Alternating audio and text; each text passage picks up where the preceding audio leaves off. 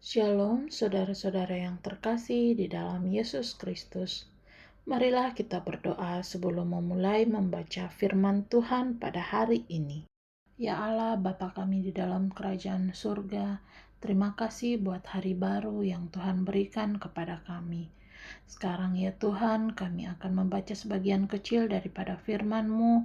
Tuhan, Engkau pimpin dan berkati kami, agar apa yang kami baca tidak berlalu begitu saja. Ya Bapa, inilah doa kami, sambut sempurnakan dan terimalah doa kami. Di dalam nama anak-Mu Tuhan Yesus Kristus yang adalah Tuhan dan Juru Selamat kami yang hidup. Amin. Kitab Kejadian pasalnya yang ke-15, perjanjian Allah dengan Abram, janji tentang keturunannya.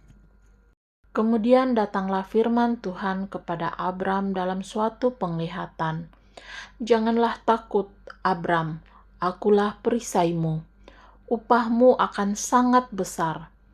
Abram menjawab, Ya Tuhan Allah, apakah yang akan Engkau berikan kepadaku, karena aku akan meninggal dengan tidak mempunyai anak, dan yang akan mewarisi rumahku ialah Eliezer, orang Damsyik itu. Lagi kata Abram, Engkau tidak memberikan kepadaku keturunan, sehingga seorang hambaku nanti menjadi ahli warisku.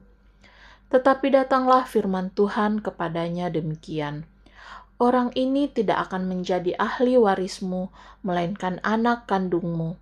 Dialah yang akan menjadi ahli warismu. Lalu Tuhan membawa Abram keluar serta berfirman, Coba lihat ke langit, hitunglah bintang-bintang, jika engkau dapat menghitungnya, maka firman-Nya kepadanya, demikianlah banyaknya nanti keturunanmu. Lalu percayalah Abram kepada Tuhan, maka Tuhan memperhitungkan hal itu kepadanya sebagai kebenaran.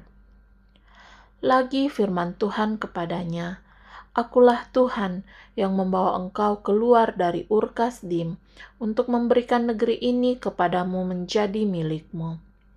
Kata Abram, Ya Tuhan Allah, dari manakah aku tahu bahwa aku akan memilikinya?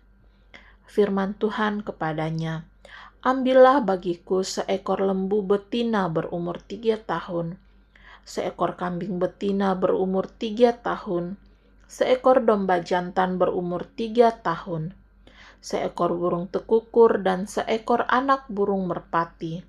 Diambilnyalah semuanya itu bagi Tuhan, dipotong 2, lalu diletakkannya bagian-bagian itu yang satu di samping yang lain. Tetapi burung-burung itu tidak dipotong 2.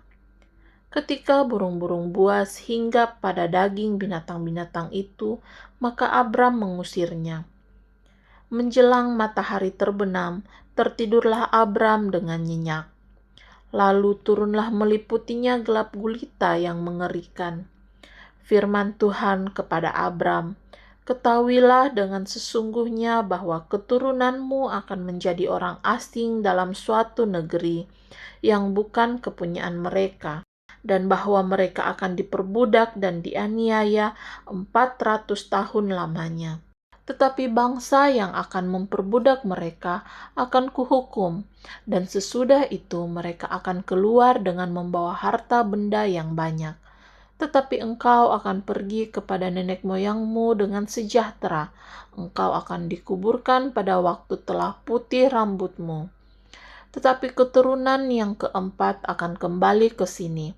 Sebab sebelum itu, kedurjanaan orang Amori itu belum genap. Ketika matahari telah terbenam dan hari menjadi gelap, maka kelihatanlah perapian yang berasap beserta suluh yang berapi lewat di antara potongan-potongan daging itu.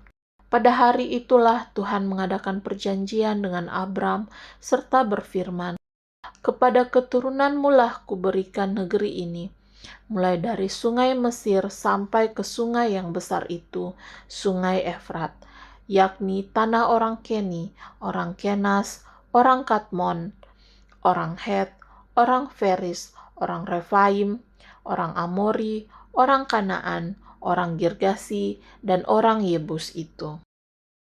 Pasalnya yang ke-16, Hagar dan Ismail. Adapun Sarai, istri Abram itu tidak beranak. Ia mempunyai seorang hamba perempuan orang Mesir, Hagar namanya.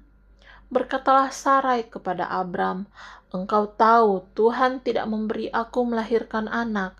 Karena itu baiklah hampiri hambaku itu. Mungkin oleh dialah aku dapat memperoleh seorang anak." Dan Abram mendengarkan perkataan Sarai. Jadi Sarai, istri Abram itu mengambil Hagar hambanya, orang Mesir itu. Yakni ketika Abram telah 10 tahun tinggal di tanah Kanaan. Lalu memberikannya kepada Abram, suaminya, untuk menjadi istrinya. Abram menghampiri Hagar, lalu mengandunglah perempuan itu. Ketika Hagar tahu bahwa ia mengandung, maka ia memandang rendah akan nyonyanya itu. Lalu berkatalah Sarai kepada Abram, "Penghinaan yang kuderita ini adalah tanggung jawabmu. Akulah yang memberikan hambaku ke pangkuanmu." Tetapi baru saja ia tahu bahwa ia mengandung, ia memandang rendah akan aku. Tuhan kiranya yang menjadi hakim antara aku dan engkau. Kata Abram kepada Sarai, "Hambamu itu di bawah kekuasaanmu. Perbuatlah kepadanya apa yang kau pandang baik." Lalu Sarai menindas Hagar, sehingga ia lari meninggalkannya. Lalu malaikat Tuhan menjumpainya dekat suatu mata air di padang gurun, yakni dekat mata air di jalan ke Syur. Katanya, "Hagar, hamba Sarai, dari manakah datangmu dan kemanakah pergimu?" Jawabnya, "Aku lari meninggalkan Sarai nyonyaku." Lalu kata malaikat Tuhan itu kepadanya, "Kembalilah kepada nyonyamu, biarkanlah engkau ditindas di bawah kekuasaannya."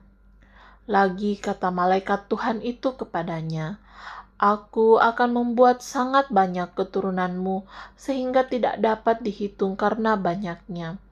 Selanjutnya kata malaikat Tuhan itu kepadanya, "Engkau mengandung dan akan melahirkan seorang anak laki-laki dan akan menamainya Ismail, sebab Tuhan telah mendengar tentang penindasan atasmu itu. Seorang laki-laki yang lakunya seperti keledai liar, demikianlah nanti anak itu. Tangannya akan melawan tiap-tiap orang dan tangan tiap-tiap orang akan melawan dia. Dan di tempat kediamannya ia akan menentang semua saudaranya." Kemudian Hagar menamakan Tuhan yang telah berfirman kepadanya itu dengan sebutan, "Engkaulah El Roi," sebab katanya, "Bukankah di sini kulihat Dia yang telah melihat aku?" Sebab itu sumur tadi disebutkan orang Sumur Lahai Roi. Letaknya antara Kades dan Beret.